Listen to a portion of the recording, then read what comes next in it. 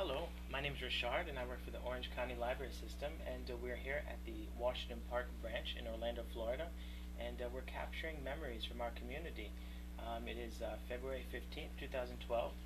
Please tell us your name and where you're from. My name is Betty Chandler, and I live in Orlando now, but I'm a true Floridian. I was born in Florida, down near Fort Lauderdale, Danny. I was raised in Tampa and Webster, Florida, in Sumter County. I went to college in Tallahassee, Florida. Yay, rather. And then I left there and I interned in Orlando, and I've been here since 1959. Library experience started, as I said, in Orlando, Florida. I came as a librarian, an intern, one of the first groups of interns from Florida A&M University. There were 7 of us. I was fortunate enough to come to Orlando. When I came to Orlando, there were no librarians in any of the black elementary schools at that time. So I really was the first black elementary librarian to be hired in Orange County Public Schools. Congratulations. Thank you very much. While I was here, I was fortunate enough to work with the what they called then the black coordinator, who's over all the schools. And while I interned, I was assigned to Jones High School with Miss Gripper and Miss Starks, who were the librarians at that time at Jones. But I really worked with the supervisor. I went to most of the elementary schools because the principals were told, save some money, we have a library major coming. And I went around and I ordered books and the necessary tools for librarians to have when they arrived the coming school year, because no one had a librarian at the elementary schools. While I was here, and while I was at Eccleston Elementary, next door was a shelter workshop. That shelter workshop housed children who were not mentally but physically handicapped from all over the state of Florida. All over the state. Many of them didn't get to see their parents or relatives very much. They only saw the caregivers most of the time. Well, right next door, being the person I am, I went over to see what was going on and what I could do. At that time, Miss Clara Wendell was the director of the Orlando Public Library. And I got in contact with her, librarian to librarian. And she thought it would be a good idea for me to try to service those children that were there. They had no school going on. All they did was lie in bed all day long and just think all kind of thoughts. No one was entertaining them or trying to educate them at that time. So we got busy, Miss Wendell and I. She gave me books to take in. We created a small library right at the, it was called the Quest now, but it was called the Shelter Workshop at that time. The Eccleston Crippled Children Hospital was the, quote, official name. Well, I went in, I did story time for them. Ms. Wendell made sure that I had access to a film projector. We had film time, and we created. And we came up, I think Clara Wendell and I came up with this quote, and I've carried it ever since. I don't know which one of us said it, but I think I was first, but I don't want to take all the credit. Serve the unserved.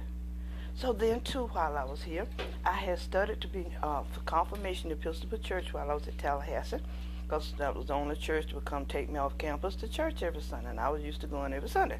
So they sent the bus to pick up the students, and I went. Well, I studied, but I didn't confirmation. I was here interning. I was not confirmed. So the Reverend Nelson Pender, who's very known in Orlando, was my priest who confirmed me, and I told him about the plight. And he made sure the church then started contributing. Like in Easter time, which I was still here, we carried the eggs and hid the eggs around the beds, under the pillows, just so the children could find them.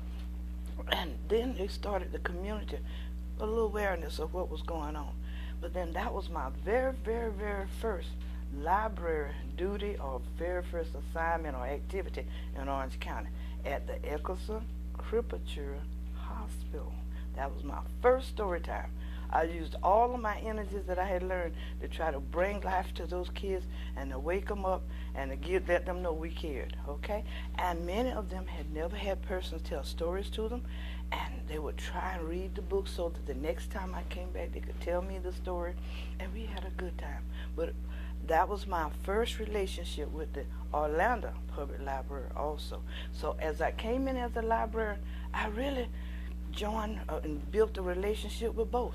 from that relationship, I started then meeting the mobile bus that was coming out to the Washington Shores area. I would meet the bus, and then I would check out the books to the community. That was before it moved into the church, which was one of the first buildings we used. We used the bus. I was also able to go on Jackson Street every Saturday and have story time with the public library there. So my relationship and my career has been twofold. It has been with the public library, that's why I'm here today, I couldn't miss today, and also with the school system.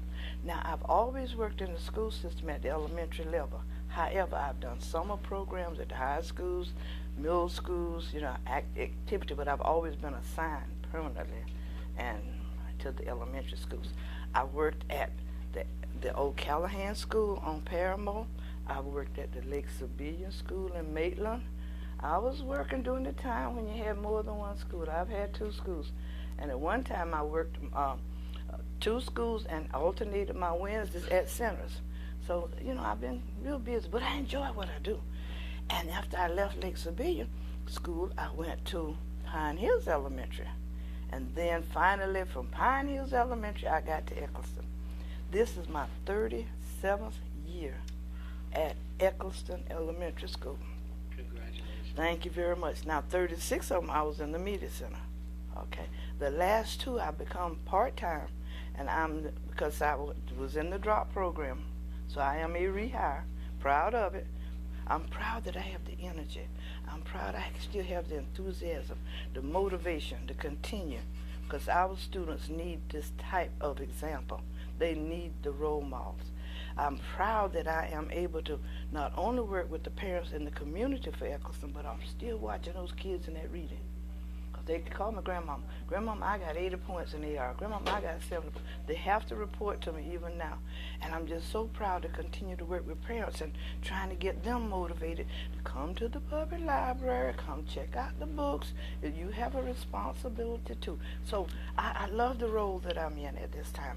I think that the good Lord planned this for me for now, because I am also taking care of my mother who's 91 years old, October the 11th, and she has it's moderate dementia now. But I'm able to carry on. And so I feel that this is a gift. I enjoy my work, and the library is the right place to be. I am a people person. Take it back a little bit. I have no brothers and sisters. I'm an only child. But my grandmother raised me, so I'm just as comfortable with the older generation as I am with the younger. And because of that experience, I have this love of people. And because of my position now, I'm just carrying out this love. And I just appreciate the good Lord letting me wake up every morning. And one of my mottos, the will of God would never take me where the grace of God would not take me. And that's what keeps me motivated and going. All of my life, I have not taken good care of my health. I'm going to have health problems here and there. But overall, through it all, I am here to do a job. And I pray every day that the will of God, what God's will, not Betty wants, because Betty got some wants. And I've stopped praying for stuff. Okay? I'm praying now. I ask God every day, what do you, God, want me to do? Not what can you do for me. And if you keep that attitude, He'll just lead you and guide you down the road, take you into the lives. He'll bring people into your life. And I'm just so wonderful and blessed. And I thank you, too, for this opportunity just to tell it. Because I am just happy and elated with what I'm doing. I have one son now and one grandson and my mother. That's a family of 4, and I'm just so thankful. And I wake up with a prayer and I go to bed with a prayer. And He's going to do this, take care. And one day He's going to tell me, well done, that good and faithful servant. Enter into your joys and rest. And I'll be in the new heaven and the new earth. I'm going to be smiling that I've done my job. But my work is not done yet. And I just pray every day that I can continue with this attitude till I get my work done, so that I will be able to rest with Him at the end.